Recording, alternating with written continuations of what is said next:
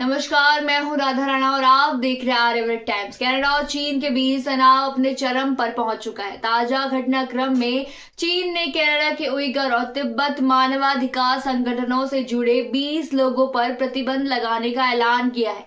इन प्रतिबंधों के तहत इन लोगों की चीन में संपत्तियों को जब्त कर लिया गया है। साथ ही हांगकांग और मकाओ सहित पूरे देश में उनके प्रवेश पर रोक लगा दी गई है। चीन के इस कदम ने प्रधानमंत्री जस्टिन ट्रूडो की मुश्किलें बढ़ा दी हैं, जो पहले से ही भारत और अमेरिका जैसे प्रमुख देशों के साथ संबंध खराब होने का सामना कर रहे हैं। चीन के विदेश मंत्रालय के अनुसार ये प्रतिबंध उन स्थानों और व्यक्तियों पर लगाए गए हैं जो कथित रूप से सिंजियांग और तिब्बत में मानवाधिकार उल्लंघनों का विरोध करते रहे। चीन का दावा है कि उसने यह कदम अपने राष्ट्रीय सुरक्षा और संप्रभुता की रक्षा के लिए उठाया है। बीजिंग का कहना है कि जिन लोगों और संस्थानों का कार्रवाई की गई है वे चीन के आंतरिक मामलों में हस्तक्षेप करने की कोशिश कर रहे हैं। वहीं कनाडा के मानवाधिकार समूहों ने चीन पर सिंजियांग प्रांत में उइगर मुसलमानों के खिलाफ बड़े पैमाने पर शोषण और जबरन मजदूरी करवाने का आरोप लगाया है। इन समूह का कहना है कि चीन ने लाखों उइगर मुसलमानों को नजरबंदी शिविरों में रखा हुआ है। हालांकि चीन ने इन आरोपों को खारिज करते हुए कहा है कि ये शिविर रोजगार और शिक्षा प्रदान करने के लिए बनाए गए हैं। तिब्बत के मामले में भी चीन पर अंतर्राष्ट्रीय समुदाय की आलोचनाएं बढ़ती जा रही है। मानवाधिकार संगठनों का दावा है कि चीन ने तिब्बत के सांस्कृतिक और धार्मिक मूल्यों को नष्ट करने की कोशिश की है।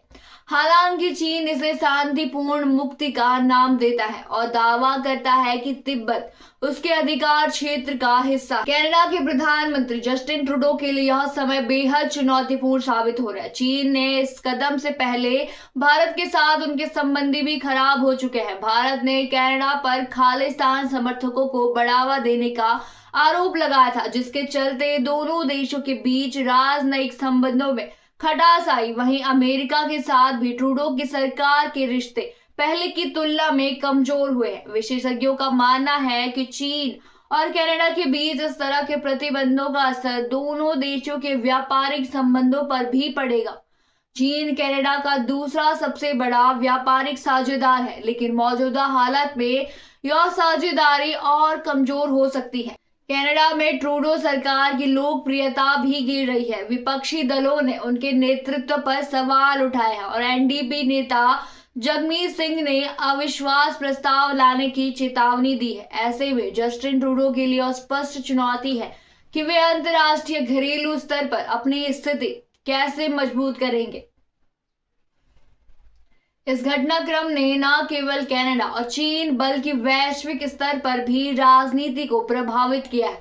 अब यह देखना दिलचस्प होगा कि जस्टिन ट्रूडो इस संकट से कैसे निपटते हैं और चीन के इस फैसले पर कनाडा की सरकार क्या प्रतिक्रिया देती है।